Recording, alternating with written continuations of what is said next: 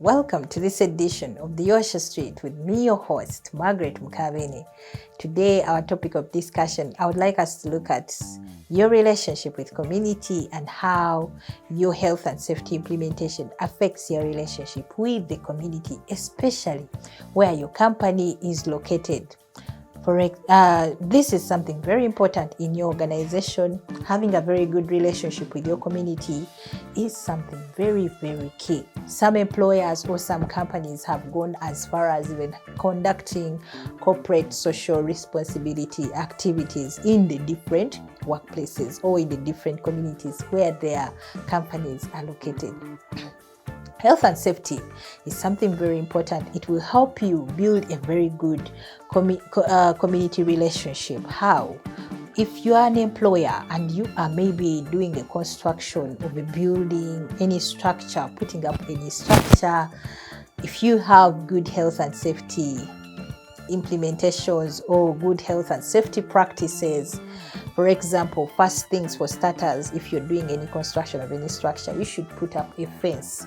This fence protects the intruders or from the people from the community from just getting into your workplace. So make sure your fence is also not having any holes that these people just get in anyhow.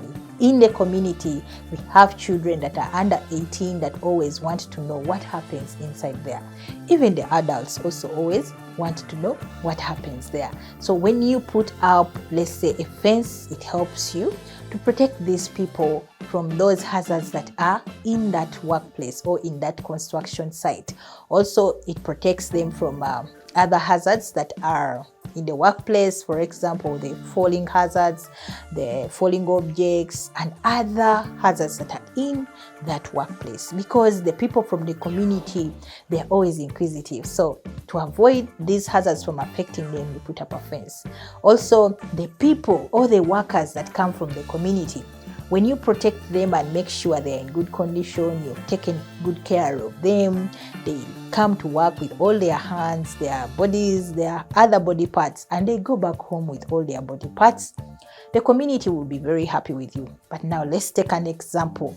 If their workers from the community are coming to your workplace and every day there are people going back home without one eye, without one hand, people have lost their hands, their legs at the workplace.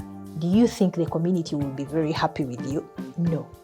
Do you think the community can be very happy with you if you are discharging, let's say, any dirty fluids in the community, in the different drainages? Because this also affects their health and safety. So as a company owner, in whatever community that you are working in, make sure your discharges are taken good care of, your effluents are taken good care of, your manufacturing plant. Make sure the workers in the workplace are also taken good care of, especially all of them, especially the community people also, the ones that come from the community. Because for moral reasons, if you do not take good care of them, you will not have a good relationship with the community. The community will demonstrate against you, and this will also disorganize your company reputation. So it's very important, and that's why we need to have the health and safety good practices in the workplace. So many things can be done to have a good relationship with the community. As an employer, you've got to have also, you can also do corporate social responsibility. You can engage the community, communicate to the community. For example, if you are an organization that is doing blasting, you need to communicate to the people, the community around, to make sure they are aware of any noise that is going to come out from there. If you're doing